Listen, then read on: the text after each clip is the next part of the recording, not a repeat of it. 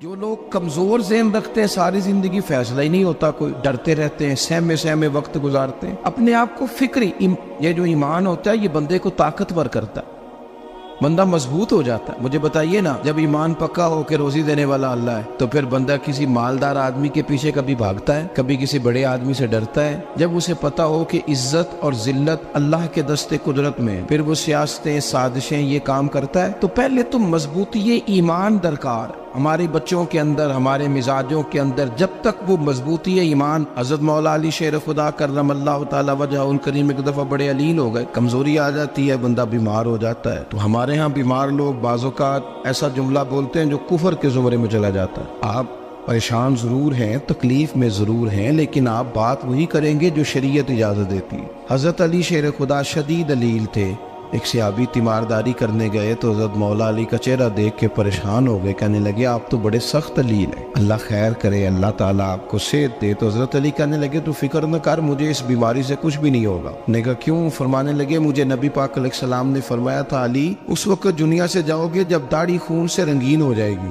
تو اس کا مطلب ہے میں خنجر کے وار کے ساتھ شہید کیا جاؤں گا، میں بیماری سے دنیا میں نہیں جاؤں گا، میں یہ بیماری سے مجھے کچھ بھی نہیں ہوگا، اللہ مجھے شفا دے دے گا، چونکہ حضور نے فرمایا کہ ساڈے نبی دی زبان ساڈے واسطے قرآن۔ تو سب سے پہلے تو اپنے ایمان کے اندر، توکل کے اندر مضبوطی پیدا کریں۔ مسلمان دیکھو نا، نماز پڑھنے سے روزی میں برکت ہوتی ہے، تو پھر اس کا مطلب یہ ہے کہ جب ٹائم آئے نا نماز کا تو گاہک جتنے مرضی کھڑے ہوں پھر دکان بند کرنی چاہیے، پھر نماز پڑھنی چاہیے، کیونکہ روزی تو اللہ نے دینی ہے، گاہکوں نے تو دینی۔ تو سب سے پہلے ضروری ہے مضبوطی ایمان، توکل، اللہ کی ذات پر بھروسہ۔ آپ کبھی میدان کربلا کا پورا نقشہ اپنے سامنے رکھیں نا، دو چیزیں ہیں، امام حسین کو نظر آ رہا ہے اب شہادت ہو جائے گی، اتنی بڑی فوج آئی ہے، خدا کی حکمت کے تقاضے سمجھ میں آ رہے ہیں، حالات کیا ہوں گے سمجھ آ رہی، پر ایک لمحے کے لیے بھی ان کا توکل کمزور نہیں ہوا۔ اپنے رب پر جو مضبوط بھروسہ ہے، سیدہ طیبہ طاہرہ حضرت فاطمہ الزہرا رضی اللہ تعالیٰ عنہا اونٹ کے بالوں کی بنی ہوئی چادر اوڑھ کر چکی پیس رہی تھی۔ یہاں بیویاں بڑا روتی ہیں، غریبی بڑی ہے، بڑی غریب بھی ہے، حالانکہ اب کون بندہ پیوند والے کپڑے پہنتا ہے جی؟ اب تو بڑی مشکل سے وہ لوگ ملتے ہیں جو جوتا ٹوٹ جائے تو گانٹھ کے پہنے، ورنہ تو نئے جوتے آ جاتے ہیں۔ حضرت سیدہ پاک اونٹ کے بالوں کی بنی ہوئی چادر اوڑھ کے چکی پیس رہی تھی۔ نبی پاک صلی اللہ علیہ وسلم نے دیکھا، آنکھوں میں آنسو ضرور آئے، پر محبوب نے فرمایا فاطمہ دنیا میں تھوڑی سی تکلیف برداشت کرو، قیامت کی ساری عزت اللہ آپ کو ہی عطا فرمائے گا۔ تو توکل کی مضبوطی، اللہ کی ذات پر بھروسہ، اپنے رب کریم کے ساتھ امیدوں کا وابستہ کرنا، اس سے مضبوطی آئے۔ دوسرا فرمایا وَعَمِلُوا الصَّالِحَاتِ، بہترین عمل کیا جائے زندگی میں، نیک اعمال کیے جائے، وقت ضائع نہ کیا جائے، ہر وقت کوئی نہ کوئی کام بندہ کرتا رہے۔ یہاں بہت سارے لوگ ہیں جن کو لوگ نیک کہنا شروع کر دیتے ہیں نا، وہ سمجھ لیتے ہیں شاید ہم سچی مچی نیک ہیں۔ لوگ جو کہتے ہیں حضرت صاحب کی بلا، پیر صاحب کی بلا، میں یہ طالب علموں کو، دوستوں کو، بلکہ اپنے آپ کو بھی کئی دفعہ کہتا رہتا ہوں، اپنے آپ کو سمجھاتا ہوں کہ یہ لوگ تجھے کہہ رہے ہیں حضرت صاحب، یہ تو رات کو تو اپنے آپ سے پوچھنا، اپنے رب سے پوچھ، کبھی موقع ملے تو اپنی گریبان میں جھانک، غور کر کے تیری کیفیت کیا ہے، تنہائی میں تیرا دل اللہ سے جڑتا ہے کہ نہیں، عبادت میں دل لگتا ہے کہ نہیں،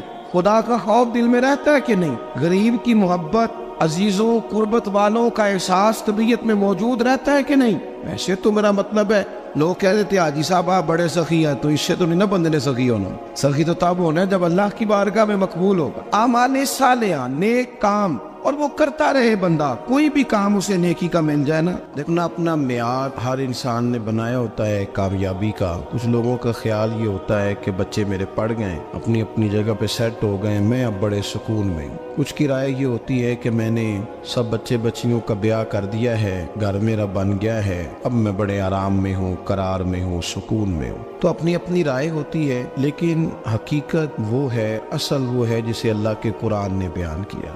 اللہ کریم نے فرمایا والعصر، اے محبوب علیہ السلام ہمیں آپ کے زمانہ مبارکہ کی قسم ہو، ان الانسان لفی خسر، فرمایا بے شک انسان خسارے میں، نقصان میں۔ اپنے تئیں کوئی دعویٰ کر لیتا ہے، آپ دیکھتے ہیں کہ بہت سارے لوگوں کے دعوے اپنے اپنے ہوتے ہیں نا۔ کسی بھی طالب علم سے آپ پوچھیں پیپر دے کے آئے تو پیپر کیسا ہوا ہے، تو کیا کہتا ہے؟ جب کینڈیڈیٹ الیکشن لڑتے ہیں تو رات کو جب وہ سوتے ہیں تو سارے جیت کے ہی سوتے ہیں، ان کو سب یہی کہتے ہیں کہ لوگ سارے تیرے ساتھ ہی ہیں. حالات یہ جتنے بادشاہ حکمران ہوتے ہیں ان کے بگڑنے کی بنیادی وجہ ہوتی ہے کہ یہ خوش فہمیوں میں مبتلا ہوتے ہیں. ہم میں سے بھی ڈھیر سارے لوگ ہیں جو خوش فہمیوں میں مبتلا ہیں. کچھ کہتے ہیں جناب ہماری نسبت بڑی تگڑی ہے. بھئی نسبت تو امام حسین سے تگڑی تو کسی کی نہیں نا. تو ساری رات نماز پڑھتے تھے, روزے رکھتے تھے, اللہ کو یاد کرتے تھے. آپ خالی نسبت پر بیٹھ کر عمل چھوڑ جائیں تو یہ کیسے ممکن ہے؟ تو اپنے اپنے تئیں لوگوں نے معیار کامیابی کے قائم کر لیے ہیں. اللہ فرماتا ہے کہ محبوب مجھے قسم ہو زمانے کی انسان نقصان میں. یہ دن بدن جو وقت گزار رہا ہے تو اس کا نقصان, اس کا خسارہ, اس کا گھاٹا بڑھتا جا رہا ہے. روز نقصان میں کتنا کتنا عمر کا حصہ لوگوں نے ضائع کر دیا. کتنے کتنے بہترین لوگ تھے لیکن روزی روٹی کے پیچھے وقت سارا برباد ہو گیا. یہ رزق حلال کے لیے دوڑ دھوپ ہو وہ تو بڑی بات, لیکن تکبر کے لیے اور خواہشات, بیجا خواہشات کی تکمیل کے لیے, ایک دوسرے سے آگے بڑھنے کے لیے بڑا وقت ضائع کیا لوگوں. اچھا کوئی بھی نہیں جیتا, خاندانوں میں بھی کوئی نہیں جیتا, برادریوں میں بھی کوئی نہیں جیتا, پر لڑائی ساری زندگی کی ہے. میں نے آگے گزرنا, میں نے آگے, حالانکہ کوئی کسی کو جیتنے دیتا ہی نہیں. اپنے اپنے تئیں لوگوں نے معیار قائم کیے کامیابی کے. اللہ فرماتے ہیں بے شک انسان نقصان میں ہے, لیکن جس میں 4 خوبیاں پائی جائیں اللہ کا قرآن کہتا ہے وہ بندہ کامیاب ہو. کون کون سی؟ الا الذین آمنوا. سب نقصان میں نہیں سوائے ان لوگوں کے جو ایمان لائے. سب سے پہلے کیا کرے؟ ایمان ہو اس کے پاس, مضبوط ایمان. وعملوا الصالحات, اور ایمان بھی لائے اور نیک کام بھی کرے. اور صرف نیک کام نہ کرے, وَتَوَاصَوْا بِالْحَقِّ, لوگوں کو حق بات کی نصیحت بھی کرے. اور ظاہر ہے سچ بولے گا, حق بولے گا تو بڑے لوگوں کے مفادات کو ٹھیس پہنچے گی, کچھ لوگوں کو تکلیف بھی ہوگی. تو اب جب تکلیف ہوگی تو پھر مصیبت بھی آئے گی. تو اگر حق بات کہنی ہے تو پھر کیا کرے؟ وَتَوَاصَوْا بِالصَّبْرِ, اور ایک دوسرے کو صبر کی بھی وصیت کرے. 4 چیزیں پائی جائیں, ایمان, اعمال صالحہ, حق کی نصیحت, اس رستے میں آنے والی تکلیف پر صبر. اگر یہ 4 چیزیں میسر آتی ہیں تو اللہ کا قرآن کہتا ہے بندہ کامیاب ہے. اور اگر یہ 4 چیزیں نہیں تو پھر کوئی بندہ جتنا مرضی دعویٰ کرے, جتنا مرضی شور کرے, جتنا مرضی اعلان کرے, وہ کامیاب ہو سکتا. سب سے پہلے تو اپنا ایمان پکا کرے. یہ جو کچی پکی باتیں کرتے ہیں نا لوگ, مسلمان جو ہوتا ہے نا, مسلمان وہ لاوارث نہیں ہوتا, وہ وارث والا ہوتا ہے. اس کا رب ہر وقت اپنی رحمت سے اس کی حفاظت کرتا ہے. مسلمان ہر وقت نبی پاک علیہ السلام کے نگاہ کرم میں رہتا ہے. اسے کمزور باتیں نہیں کرنی چاہیے کہ میرے کو پیچھے چڑھ گیا تو پتہ نہیں کیا ہو جائے گا, برادری مخالف ہو گئی تو پتہ نہیں کیا ہو جائے گا, سچ بول دوں گا تو لوگ پتہ نہیں مجھے مار دیں گے. ایسا ہو نہیں سکتا. چھری حضرت ابراہیم چلائے بھی نا تو حضرت اسماعیل کے حلق پہ چلنا اس نے تب بھی ہے جب اللہ حکم کرے گا. تو اللہ کی حکمت ہوگی, حکمت الہی ہوتی ہے تو کوئی کام ہوتا ہے, ورنہ ہوتا. تو اپنی طبیعت میں مضبوط ایمان, توکل, اللہ پہ بھروسہ, مضبوطی افکار کی, کچی باتیں نہیں. دیکھو نبی پاک صلی اللہ تعالی علیہ وسلم نے فرمایا نیکی کو کبھی حقیر نہیں سمجھنا, کبھی حقارت سے نہیں نیکی کرنی کہ یہ بڑی چھوٹی ہے تو میں اس کو کروں. آپ فرمایا کبھی حقیر نہ سمجھنا, نیکی کا کام جو بھی ملے کر دینا. فرمایا اگر بھائی سے مسکرا کے ملو گے بنا تو اس پر بھی اللہ تمہیں صدقے کا ثواب عطا کرے گا. ہم تو اس دین سے کے ماننے والے ہیں جو کہتے ہیں تو گلی سے روڑا اٹھا دے, کانٹا اٹھا دے, کسی کی تکلیف دور کر دے, کسی اس پر گنجائش کر دے, کسی کے لیے آسانی کر دے. جو بھی خیر کا کام میسر آئے پورے دن میں اسے چھوڑے نہیں. صبح گھر سے نکلے, وہ ایک صحابی تھے, غالباً تابعی تھے, تو بازار جاتے اپنے غلام کے ساتھ تو سارا بازار گھوم کے واپس آ گئے. خادم نے کہا جناب کو نہ کوئی خریدا نہ کچھ بیچا, تو آپ سارا بازار گھوم کے آ گئے. فرمانے لگے تیرا کیا خیال ہے؟ میں نے کچھ بھی نہیں کیا. کہا جناب پھر کیا کیا ہے؟ فرمانے لگے تم نے دیکھا جو بندہ بھی گزرا میں نے اس کو کہا السلام علیکم, تو کتنی کو نیکیاں میں جمع کر کے آ گیا ہوں. کوئی خیر جو میسر آئے. ہم سمجھتے ہیں کہ شاید کو کروڑ کو روپیہ ہوگا تو پوری مسجد بناؤں گا تو پھر میں نے نیکی کر دی ہے. شاید جناب میں, حالانکہ یہ چھوٹے چھوٹے کام ہے نا, چھوٹے چھوٹے کام, ان کی تو زیادہ ضرورت ہوتی ہے, ان کی تو زیادہ حاجت ہوتی ہے. کوئی آپ رستے میں گزر رہے ہیں تو نیچے کوئی کھڈا بنا ہوا ہے تو اس پر ہم کیا کرتے ہیں, گاڑی میں بیٹھ کے تبصرہ کرتے ہیں اے روڈ کھورے کدو بننا ہے. بھئی یہ کھڈا ہے نا تو آپ نیچے اترے نا, تو آپ دھابڑا لیں نا, کئی پکڑے نا, یہ تو 5 منٹ کا کام ہے.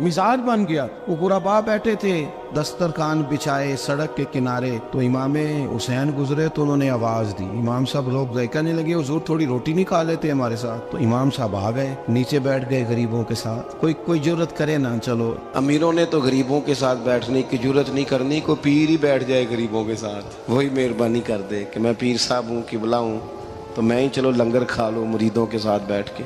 ہماری تو محفلوں میں بھی نا جی, نعت خانوں کا, مولویوں کا, دوسروں کا کھانا اور ہوتا ہے, اور غریب آدمی کو شاپر میں چاول ڈال کے دیتے ہیں اور ساتھ اسے کہتے ہیں یہ لنگر شریف ہے. بھئی اگر یہ شریف ہے, تبرک ہے, تو اے پیر صاحب نو نہیں سی لنگدا, اڑتا ہے گلے میں لنگر ان کو. یہ لنگر شریف جو ہے یہ نعت خان کو بھی تو گزرنا, تبرک ہے کہ نہیں؟ ہاں نہ تو کرو نا, تو جیڑی زیادہ تبرک والی شے ہے وہ پیراں نو بھی تو کھانی چاہیے نا.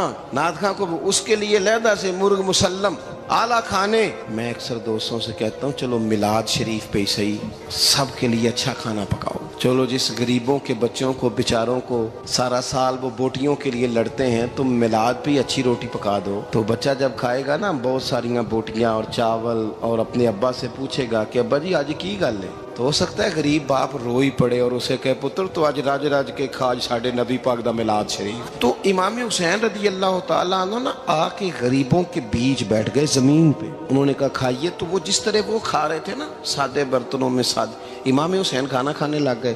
میں نے کہا خیر کا کام کوئی بھی ملے اسے ضائع, چلو اور کچھ نہیں کر سکتے تھے, کسی کو سڑک ہی پار کرا دے نابینا کو, چلو اور کچھ نہیں کر سکتے, تو آپ کو پتہ ہے کہ سامنے والا بوجھ لے کے گزر رہا ہے, آپ تھوڑا سا ہٹ جائیں روڈ سے, اسے گزر لینے دیں. کوئی تو کام زندگی میں, کوئی ارادہ تو خیر کا بندہ کرے. امام حسین بیٹھ گئے, ان کے ساتھ روٹی کھائی. تھوڑی دیر کے بعد اجازت لی, فرمایا جاؤں؟ کہنے لگے حضور اور کھائیے. فرمانے لگے میں تو ابھی روٹی کھا کے آیا تھا اور آج تک ایسا نہیں ہوا کہ دوبارہ کھانا کھاؤں. ایک لقمے کی بھوک نہیں تھی, جتنا بھی کھایا ہے نا یہ تمہارا دل خوش کرنے کے لیے کھایا ہے.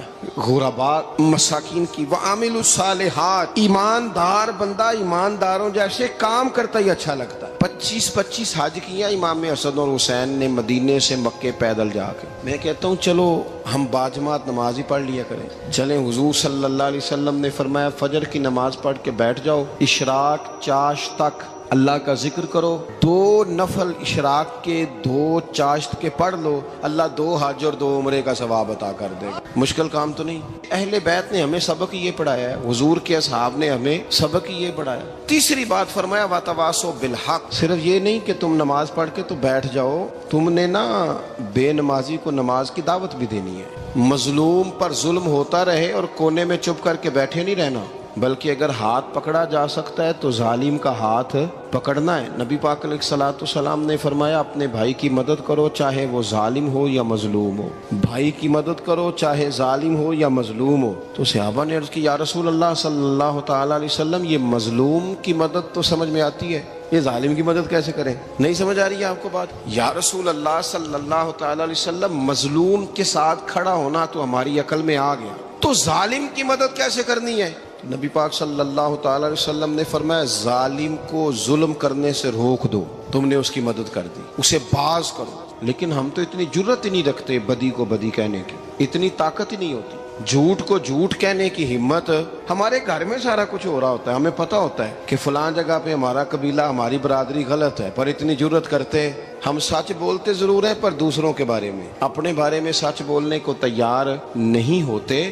جرت کا مظاہرہ کریں زندگی میں, حق کو حق کہنا سیکھیں, غلط کو غلط کہنا سیکھیں, جھوٹ کو جھوٹ کہیں, بدی کو بدی کہیں, سچائی کا ساتھ دیں ہمیشہ.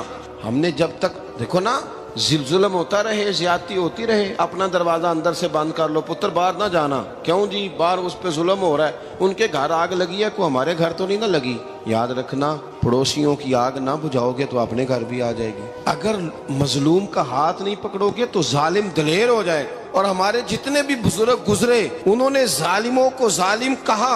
امام احمد بن حنبل نے جیل کاٹی, امام اعظم ابو حنیفہ نے جیل کاٹی. آج کل لوگ کہتے ہیں مولانا صاحب آپ نے نا جناب غلط کو غلط نہیں کہنا, سیاست کی بات نہیں کرنی. کیوں جی؟ کس لیے نہیں کرنی؟ سیاست تو تدبیر کا نام ہے. بنو اسرائیل میں جتنی بھی تدبیر ہوتی تھی وہ سارے انبیاء کیا کرتے تھے. کیوں نہ بات کریں؟ یہ جن کرسیوں پہ آج تم نے ظالموں جابروں کو بٹھایا، یہ کرسی تو حضرت ابوبکر صدیق جیسے لوگوں کی ہے، یہ تو حضرت عمر جیسے لوگوں کی سیٹ ہے، حضرت عثمان غنی جیسے لوگوں کا کام ہے، مولا علی جیسے لوگوں کا کام ہے۔ غلط جگہوں پہ غلط لوگ بٹھا دی اور پھر جھوٹے کو جھوٹا بھی نہ کہیں، ظالم کو ظالم بھی نہ کہیں۔ ہم سے نہ رقم ہوں گے قصیدے یزید کے، کیونکہ ہم لوگ تو حسین کے سیرت نگار ہیں۔ یہ کیا بات ہوئی؟ آپ سچی بات ہی نہ کریں، کلمہ حق کہیں، ہمیشہ کھری بات کہیں، سچی، گرچہ اپنا نقصان ہو، حق کے ساتھ کھڑے ہونا سیکھیں۔ وتواصوا بالحق، ساری آسانی تھی، امام حسین کو کوئی مسئلہ نہیں تھا، آرام سے بیٹھے تھے۔ آج کتنے موجوں میں بیٹھے ہیں، پیر صاحبان، مولوی صاحبان، خطیب صاحبان، سیاستدان، وڈیرے، موج لگی ہوئی ہے، کسی کو کچھ نہیں کہنا، کچھ کہیں گے تو پھر بندے مخالفت کریں گے۔ تو امام حسین مسجد نبی میں جمعہ پڑھاتے تھے، چپ کر کے بیٹھے رہتے، حضور سید عالم علیہ السلام کے مزار انور کے پاس بیٹھے تھے، بیٹھے رہتے۔ لیکن امام حسین نے فرمایا ظالم حکمران بنے تو وہ قوموں کو تکلیف دیتے ہیں، وہ ملی نقصان کرتے ہیں، وہ امت کا چہرہ مہرہ بگاڑ کے رکھ دیتے ہیں، لہذا کھڑے ہونا پڑتا ہے، کلمہ حق کہنا پڑتا ہے، الہ کلمت الحق کے لیے نکلنا پڑتا ہے۔ آپ اپنی زندگی کے اندر سچی بات کرنا سیکھیں۔ الیکشن کے دن آ گئے، میرے ایک بڑے محبت والے ساتھی تھے، وہ آ گئے ووٹ کے لیے۔ ویسے بھی یہ جو بیماری ہمارے ملک میں نا جی، ہمارے ہاں حکمران بعض اوقات کہتے ہیں اوے ہو جی جمہوریت بڑی ضروری ہے۔ وہ بھی کس مصیبت کا نام ہے جمہوریت؟ اقبال تو کہتے ہیں کہ یہ وہ چیز ہے کہ جس میں پتہ ہی کوئی نہیں ہوتا، پڑھے لکھے ان پڑھ کا، چھوٹے اور بڑے کا، سیانے اور بیوقوف کا۔ جمہوریت وہ طرز حکومت ہے کہ جس میں بندوں کو گنا کرتے ہیں، تولا نہیں کرتے رہتے ہو ہر وقت۔ قوم کو اس کا حق ملنا چاہیے، غریب کی مدد ہونی چاہیے، انصاف ملنا چاہیے۔ باقی یہ تمہاری کہانیاں ہیں ڈکٹیٹرشپ اور جمہوریت، اور ہمیں تمہاری سمجھ بھی نہیں آتی۔ ہر ڈکٹیٹر کے ساتھ ہوتے ہو، باتیں جمہوریت کی کرتے ہو، جہاں تمہارا دل کرتا کھڑے رہتے ہو۔ ہمیں تو کوئی اس سے غرض نہیں، کام ہونا چاہیے۔ بلکہ جو لوگ قوت نافذہ رکھتے ہیں انہیں سمجھنا چاہیے کہ ملک کی بھاگ دوڑ ہمیشہ مضبوط ہاتھوں میں رہے، اور وہ اس طرح کا نظام وضع کریں، مل بیٹھیں سارے ادارے کہ غریب کی سنی جائے۔ وہ مجھے بڑی اچھی طرح یاد ہے جب وہ ایک حکومت ختم ہوئی اور جو ایک فوجی رہ کے گئے تھے 11 سال، ان کی حکومت آئی تو میں باہر نکلا تو ایک بزرگ تھے، وہ صبح صبح ناشتہ بیچا کرتے تھے ہمارے علاقے میں، چاول اور چنے بنے۔ تو میں نے ان سے کہا بزرگوں پتہ لگا جی رات دی حکومت بدل گئی ہے۔